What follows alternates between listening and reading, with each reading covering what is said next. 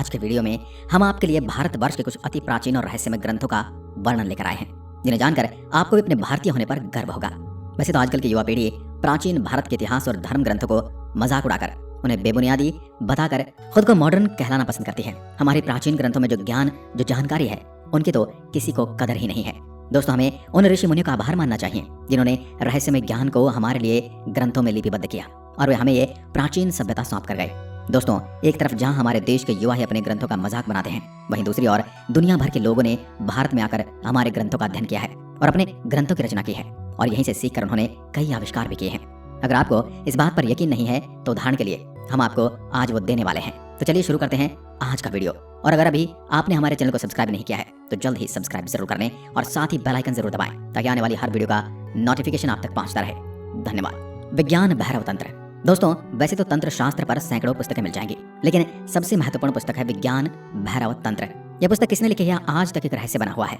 कहा जाता है कि यह पुस्तक भगवान शिव और माता पार्वती के संवाद में अस्तित्व में आई थी। इस पुस्तक में भैरव तंत्र यानी पार्वती के द्वारा प्रश्न पूछे जाते हैं और भगवान शिव उसका उत्तर देते हैं। इस पुस्तक में कई रहस्य और गुप्त विद्याओं के संबंध में बताया गया है, जिसे पढ़कर आप हैरान हो जाएंगे। नंबर 2, अष्टाध्यायी सूत्रवृत्ति। पाणिनि द्वारा रचित दुनिया भर की प्रथम भाषा का प्रथम ग्रंथ है, जो 500 वर्ष ईसा पूर्व की है। इस किताब का नाम अष्टाध्याय इसके 8 अध्यायों की वजह से पड़ा है। ऐसा कहा जाता है कि इन योग सूत्रों को समझने के बाद आपको जिस ज्ञान की प्राप्ति होती है वो दुनिया में आपको कहीं भी नहीं मिलेगा। पाणिनि के इस ग्रंथ पर महामुनि कात्यायन का विचित्री व्रत ग्रंथ है और इसी तरह महर्षि पतंजलि ने इस ग्रंथ पर विसात विवरणात्मक ग्रंथ महाभाष्य लिखा। योग सूत्र में ही अष्टांग योग की चर्चा की गई है। यह अष्टांग योग दुनिया के सभी ग्रंथों और दुनिया के सभी तरफ के दर्शनों का सार है, जिससे मोक्ष की प्राप्ति होती है। नंबर 3, सामुद्रिक शास्त्र। सामुद्रिक शास्त्र भी एक रहस्यमय शास्त्र है जो व्यक्ति के संपूर्ण चरित्र और भविष्य को उजागर करके रख देता है। हस्तरेखा विज्ञान तो सामुद्रिक विद्या की बस एक शाखा मात्र है। सामुद्रिक शास्त्र मुखमंडल तथा संपूर्ण शरीर के अध्ययन की विद्या है।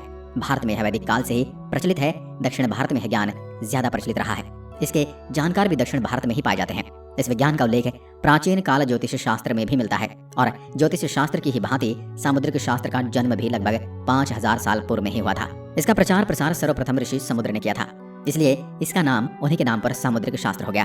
भारत से यह विद्या यूनान, चीन, रोम और इजराइल तक पहुंचेगी और आगे चलकर यह संपूर्ण यूरोप में फैल गई। कहा जाता है कि ईसा पूर्व 423 में यूनानी विद्वान इन शास्त्रों को पढ़ाया करते थे। इतिहासकारों के अनुसार हिपांजस और हगल की विधि पर सुनहरे अक्षरों पर लिखी सामुद्रिक ज्ञान की एक पुस्तक मिली, जिसे सिकंदर महान को भेंट कर दिया गया था। नंबर 4, उपनिषद। दोस्तों, उपनिषद का नाम तो आपने सुना ही होगा। इसकी कुल संख्या 108 है।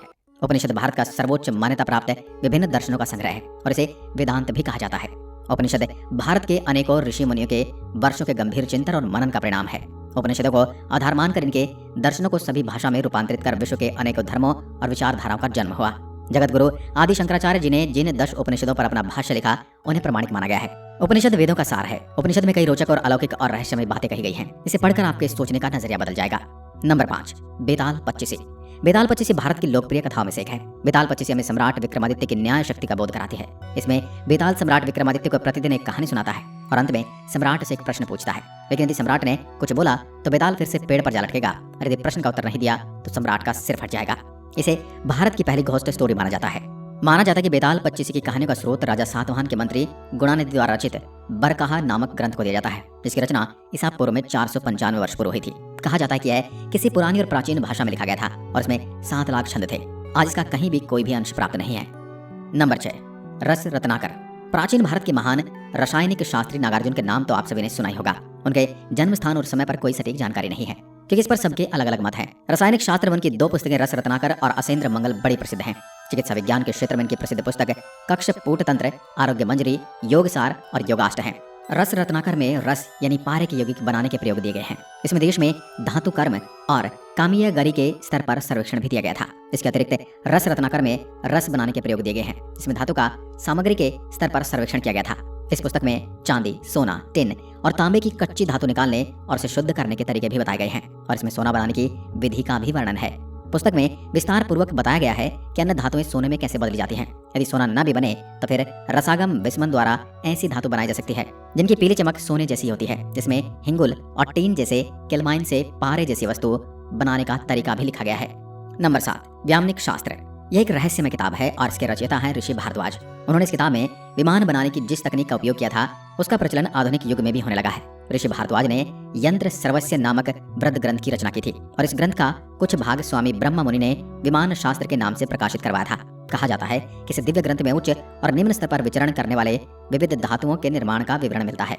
नंबर 8, अथर्ववेद। अथर्ववेद के सूत्रों को समझना बेहद ही कठिन है। इस वेद में कई तरह की विद्याओं का वर्णन मिलता है, जैसे प्राण विद्या, मधु विद्या, सम्मोहन विद्या, विकर्षण विद्या एवं संवर्ग विद्या आदि। वर्तमान में प्रचलित रेकी विद्या का जन्म भी इसी विद्या से हुआ है। दरअसल इस विद्या का जिक्र हमें अथर्ववेद के 13वें अध्याय में मिलता है। अथर्ववेद के अनुसार यदि किसी षड्यंत्रकारी ने यदि घूस देकर अथवा किसी अन्य उपाय से आपका हित किया है तो आप किसी यक्ष का स्मरण करके ध्यान अवस्था में रहते हुए भी आभास पा सकते हैं कि आपके खिलाफ कहाँ कौन सा कुचक्र हो रहा है। कुछ इसी तरह की विधायक विद्या है संवर्ग विद्या, जो उपनिषद योगिन गाड़ीवान को आती थी। यह गाड़ीवान ही रेकी ऋषि थे। इनका नाम गाड़ीवान इसलिए था क्योंकि अपनी गाड़ी में ही सोते थे। रेकी ऋषि ने विराट से झरती ऊर्जा को सीधे सीधे ग्रहण करने की विधि अपनाई थी।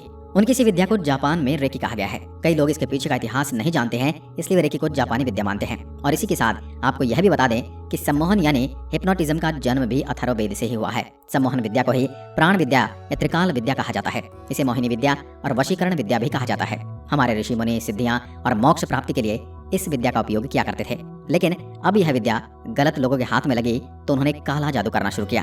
लोग अपने वश में करने लगे। इस प्रकार अनेकों रहस्यमय ज्ञान से भरा हुआ हमारा इतिहास जहाज भी कहीं किसी न किसी ग्रंथ में छुपा हुआ है। नंबर 10, लाल किताब। कहा जाता है कि प्राचीन काल में आकाशवाणी होती थी और उसी आकाशवाणी के जरिए कुछ इस प्रकार के ज्ञान की बातें होती थी जो साधारण मनुष्य की सोच से भी परे है।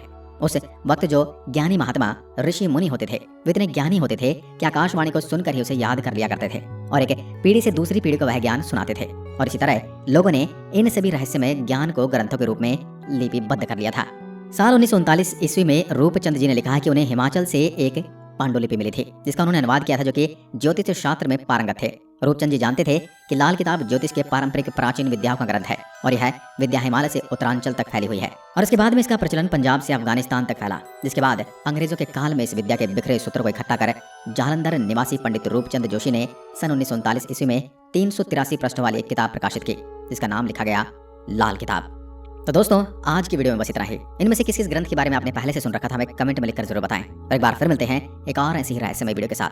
तब तक के लिए नमस्कार, धन्यवाद, जय हिंद, जय भारत।